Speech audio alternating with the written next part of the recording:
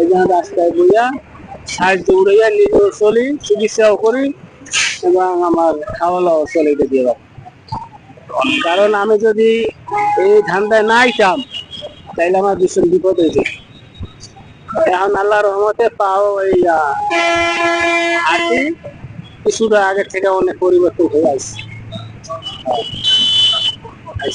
এখন পরে গিয়ে ডাক্তারের কাছে পরে গিয়ে গেছিলেন পরে আর হ্যাঁ, ডাক্তার কাছে যাই প্রায়।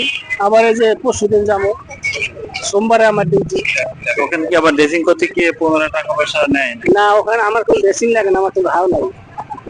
আমার যে ঘাও হয়েছিল, আমার এই হাড্ডি প্রথম তো একটা রিং পরাই দিয়েছিল, মানে লম্বাটা পরাইছিল প্রথম।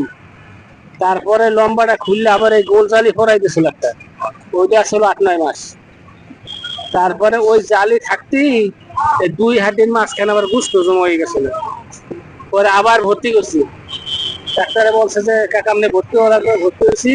পরে এখানটা ফাইলে আবার ওই যে 2 হাড্ডির মাঝখানের গোস্তটা সরাইয়া দিয়েছে।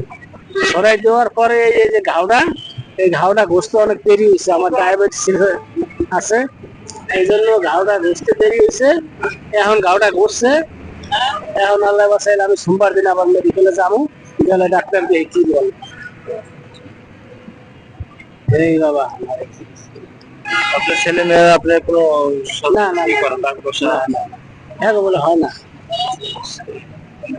তাহলে ছেলে মেয়ে কষ্ট স্বীকার করে মানুষ করে লাস্টে বাপ মাকে